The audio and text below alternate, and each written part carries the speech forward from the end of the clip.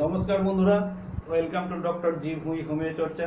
আজকের হোমিও চর্চাতে আমি একটি অত্যন্ত সাধারণ সমস্যা, মানুষের জীবনের অত্যন্ত সাধারণ সমস্যা ইয়ানি ঘন ঘন হাই ওঠা, এই হাই ওঠার সমস্যা এবং এই হাই ওঠার পেছনে কতগুলো গুরুত্বপূর্ণ হোমিওপ্যাথিক মেডিসিন আছে, যে মেডিসিনগুলো আপনার এই হাই ওঠার পেছনে খুব কার্যকরী ভূমিকা পালন করে এবং ডাক্তার বন্ধুদের পেশেন্ট চেনার জন্য এই হাই ওটা দেখে রোগীকে সহজেই চিনতে পারে। এই হাই ওটা দেখে পেশেন্ট চেনা খুব সহজ হয়ে যায় এবং হাই ওটার একটা লক্ষণ দেখে কোন মেডিসিনটা পেশেন্টকে দেওয়া হবে তা ডাক্তারবাবুরা নির্বাচন করতে পারে। এই হাই ওঠাটা কি প্রথমে আমাদের জানতে হবে। হাই ওঠাটা হচ্ছে একটা ইনভলান্টারি রিফ্লেক্স, আমাদের মাউথের যে অটোমেটিক্যালি মুখটা হাঁ হয়ে যায় এবং ডিপ ব্রেথ একটা আমরা নিতে থাকি এবং কুইকলি এক্সেল করে দিই, সেটাকে বার করে দিই। এটাই হচ্ছে ইয়ানিং বা ঘন ঘন হাই ওঠা। এই হাই ওঠার পেছনে বিভিন্ন কারণ আছে। ড্রাউজিনেস, শরীরে একটা ঝিমুনি ভাব, টায়ার্ডনেস, ক্লান্তি ভাব, একটা ফ্যাটিক হয়ে যাওয়া, স্লিপ ডিপ্রাইভেশন, ইনসমনিয়া, স্ট্রেস, একটা মানসিক স্ট্রেস, শিফটিং ওয়ার্ক করতে থাকলে এই ধরনের ইয়ানিং এর সমস্যা আসতে পারে।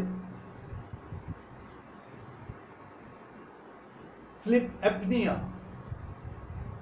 তারপরে সার্টেন কিছু মেডিসিন আছে, মেডিকেশনের দ্বারা এই সাইড এফেক্ট অফ মেডিকেশন দ্বারা এই ইয়ানিং এর সমস্যা আসতে পারে। আরও কিছু যেমন রোগ আছে, হার্ট অ্যাটাক, এপিলেপসি, নিউরোলজিক্যাল কিছু প্রবলেম আছে যেমন মাল্টিপল স্ক্লেরোসিস, এই ইয়ানিং বা ঘন ঘন হাই উঠায়, লিভার ফেলিওর, ব্রেন টিউমার, এই রকম বিভিন্ন ধরনের সমস্যা থেকে হাই ওঠা বা ইয়ানিং হতে পারে। আরও কিছু সমস্যা যেমন কাফিং, এক্সেসিভ কাফিং, কাশি যদি অনেকক্ষণ ধরে হয় তাহলে এই ইয়ানিং এর সমস্যা হয়। পেন, অ্যাগোনাইজিং পেন, একটা এক্সেসিভ পেন, তার কারণে এই হাই উঠতে পারে। তারপরে আরও কিছু সমস্যা যেমন ডায়রিয়া যদি হয়, ডায়রিয়া হলে পরে তারপরে পেশেন্ট এক্সস্টেড হয়ে যায়, যার ফলে ইয়ানিং এর সমস্যা হতে পারে। সবগুলোই যে ঘুমের কারণে ইয়ানিং হয় আমরা জানি, সাধারণত ঘুম পেলে এই ঘন ঘন হাই উঠতে থাকে, কিন্তু তা নয় বন্ধুরা। বিভিন্ন রোগের কারণেও এই ধরনের সমস্যা হতে পারে। ডিহাইড্রেশন,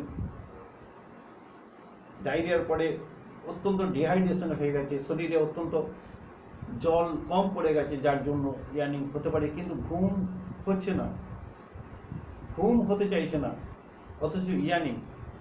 মিটিংয়ে গেছেন, মিটিংয়েতে সামনের বেঞ্চে বসে আছেন, সাহেব বক্তৃতা দিচ্ছে, সেই সময় ইয়ানিং, ঘন ঘন ইয়ানিং, বিরক্তিকর ব্যাপার একটা। এরপর আসি কয়েকটি অত্যন্ত গুরুত্বপূর্ণ হোমিওপ্যাথিক মেডিসিন, যে মেডিসিনগুলি এই ইয়ানিং এর উপর বা হাই ওঠার পেছনে অত্যন্ত গুরুত্বপূর্ণ ভূমিকা পালন করে। যেমন 1 নম্বর একোনাইট। ফ্রিকুয়েন্ট ইয়ানিং, ঘন ঘন ইয়ানিং হয়, ঘন ঘন হাই উঠতে থাকে উইদাউট স্লিপিনেস, ঘুমের কোনো চিহ্ন থাকে না, শুধু ঘন ঘন হাই উঠতে থাকে, সেই রকম ধরনের একটি medicine aconite. Lycopodium, after eating yawning, খাবার পরে তার ঘন ঘন হাই ওঠে। Dinner after, reading after, diarrhoea after, এই সময়তে এই লাইকোপোডিয়াম মেডিসিন খুব ভালো কাজ করে। নাক্স ভূমিকা, earning for hours after eating, 1 ঘন্টা বাদে তার এই ইয়ানিং হয়। ইয়ানিং এর আগে, এই হাই ওঠার আগে তার অত্যন্ত শীত বোধ থাকে। ডে টাইমে বিশেষ করে বেশি হয় এই ইয়ানিংটা। ডায়রিয়ার পরে হতে পারে। মর্নিং রাইজিং আফটার, ঘুম থেকে ওঠার পরে তার এই ইয়ানিং এর সমস্যা দেখা যায়। এগনেসিয়া অত্যন্ত গুরুত্বপূর্ণ একটি মেডিসিন ইয়ানিং এর জন্য। ইয়ানিং আফটার স্লিপ, ঘুমের পরে তার ঘন ঘন হাই ওঠে। হোয়াইল ইটিং, যখন সে খেতে বসে সেই সময় তার ইয়ানিং। এক্সেসিভ ইয়ানিং, খুব বেশি পরিমাণে ইয়ানিং হয়। কীরকম মনে হয় যেন সে তার জগুলো অ্যাজিভ জ ডিসলোকেটেড, এই যে জটা ডিসলোকেটেড হয়ে যায়। চিল বিফোর, মানে ইয়ানিং এর আগে একটা তার শীত বোধ থাকতে পারে। ইগনেসিয়ান এইরকম ধরনের লক্ষণ। রাস্টাক্স অত্যন্ত গুরুত্বপূর্ণ medicine for yawning. Severe yawning threatening to dislocated, lower jaw dislocated, এবং অত্যন্ত পেনফুল কন্ডিশন হয়ে যায় ইয়ানিং এর পরে। শীত মানে যখন ইয়ানিং হয় তার আগে একটু শীত বোধ থাকে। যখন খুব গরম সেই সময় তার এই ইয়ানিং হয়। উইদাউট স্লিপিনেস, স্প্যাজমোডিক ইয়ানিং, রাস্টাক্সের ক্ষেত্রে এরকম ধরনের লক্ষণ পাওয়া যায়। নেট্রামিওর ফর ইয়ানিং, গুড রেমেডি। ইন্টারনাল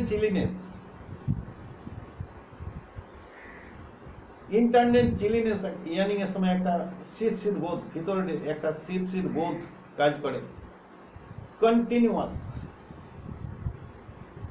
যখন মাসিক হয় সেই সময় বেশি ইয়ানিং হয়। ইভিনিং, যখন সন্ধ্যার সময় কোনো বাসের ট্রামে চড়ে সেই সময় তার ইয়ানিং। এটা কিভাবে তার উপশম হয়? ওয়াইন যদি মদ্যপান করে তাহলে তার এই ইয়ানিংটা কমে যায়। নেট্রামিওরের একটা এই পিকুলিয়ার বৈশিষ্ট্য একটা আছে, মদ খেলে পরে তার ইয়ানিংটা, মদ্যপান করলে তার ইয়ানিং কমে যায়। Sulphur, frequent yawning. Frequent yawning কখন হয়? ইরাকটেশন, যখন ঢেকুর উঠে, ঘন ঘন ঢেকুর উঠে, eructation, during eructation in the day time, যখন দিনের বেলায় ইরাকটেশন হয়, ঘন ঘন ঢেকুর উঠে, সেই সময় তার ইয়ানিং। এবং একটা ডিসনিয়া ভাব থাকে, তার একটা শ্বাস নিতে পারছে না এরকম একটা তার থাকে। চেলিডোনিয়া, ফ্রিকুয়েন্ট ইয়ানিং উইথ স্ট্রেচিং, হাত পা তার একটা স্ট্রেচ, এবং স্লিপিনেস, দুপুর বেলার সময় বেশি হয়, 2টোর সময় এই ইয়ানিংটা বেশি হয় চেলিডোনিয়ামের ক্ষেত্রে। Lachesis, it is a good remedy for yawning. Lachesis,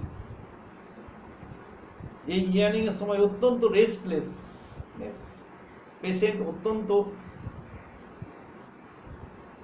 ছটফটানি ভাব অনুভব করে এবং পেছন দিকে একটা ব্যথা অনুভব করে, pain in the back. Amyl nitrate অত্যন্ত গুরুত্বপূর্ণ একটি মেডিসিন, হোমিওপ্যাথিক। প্রোফাউন্ড ইয়ানিং এবং রিপিটেড ইয়ানিং, ঘন ঘন repeated yawning, constant stretching for hours, সবসময় তার গা হাত পা মুড়তে থাকে এবং হাঁ করে তার হাই তুলতে থাকে। স্ট্রেচিং, কল ফর হেল্প অন্য কাউকে তার সে কল করে তার স্ট্রেচিং করে দেওয়ার জন্য, গা হাত পায়ে একটু স্ট্রেচ করে দেওয়ার জন্য। অত্যন্ত গুরুত্বপূর্ণ মেডিসিন অ্যামিন নাইট্রেট।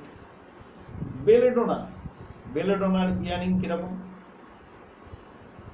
যখন কাশে, যখন এক্সেসিভ কাফ হয় সেই সময় তার ইয়ানিং, মাসিকের সময় ইয়ানিং। অত্যন্ত গুরুত্বপূর্ণ মেডিসিন বেলেডোনা। অ্যাগারিকাস একটি অত্যন্ত গুরুত্বপূর্ণ মেডিসিন।